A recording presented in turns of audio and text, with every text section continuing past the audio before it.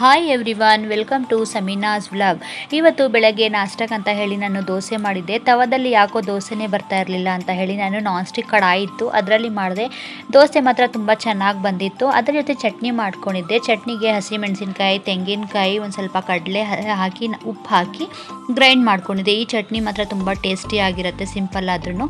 ಬೆಳಗ್ಗೆ ಎಲ್ಲರದು ತಿಂಡಿ ಆದಮೇಲೆ ಮಕ್ಕಳೆಲ್ಲ ಸ್ಕೂಲ್ಗೆ ಹೋದ್ಮೇಲೆ ನಾನು ಮಧ್ಯಾಹ್ನ ಲಂಚಿಗಂತ ಹೇಳಿ ನಾನು ಪಾಲಕ್ ಮಟನ್ ಮಸಾಲ ಮಾಡಿದ್ದೆ. ಈ ರೆಸಿಪಿ ಬೇಕಂತ ಹೇಳಿದ್ರೆ ನಿಮಗೆ ನನ್ನದು ಯೂಟ್ಯೂಬ್ ಚಾನಲ್ನಲ್ಲಿ ನಾನು ಅಪ್ಲೋಡ್ ಮಾಡಿದ್ದೀನಿ, ನೀವು ಬೇಕಾದರೆ ಚೆಕ್ ಮಾಡ್ಕೊಳ್ಳಿ. ಈ ಗ್ರೇವಿ ಮಾಡಿದ್ರೆ ತುಂಬ ಟೇಸ್ಟಿಯಾಗಿರುತ್ತೆ, ತುಂಬ ಚೆನ್ನಾಗಿರುತ್ತೆ. ಇದು ಹೈದರಾಬಾದ್ನಲ್ಲಿ ಫೇಮಸ್ ಆಗಿರುವಂತಹ ಒಂದು ರೆಸಿಪಿ. ಇದು ತುಂಬ ಚೆನ್ನಾಗಿರುತ್ತೆ. ನೀವು ಟ್ರೈ ಮಾಡಿ ನಮಗೆ ಕಮೆಂಟ್ ಮಾಡಿ ನಿಮ್ಮದು ಈ ರೆಸಿಪಿ ಹೇಗೆ ಬಂತು ಅಂತ. ಇವತ್ತಿನ ವಿಡಿಯೋ ಇಷ್ಟ ಆಗಿದ್ರೆ ಪ್ಲೀಸ್ ಲೈಕ್, ಶೇರ್, ಕಮೆಂಟ್ ಮಾಡಿ. ನಮ್ಮ ಚಾನಲ್ಗೆ ಸಬ್ಸ್ಕ್ರೈಬ್ ಮಾಡಿ. ಇವತ್ತಿನ ಮಿನಿ ವ್ಲಾಗ್ ಇಷ್ಟೇ. Thank you.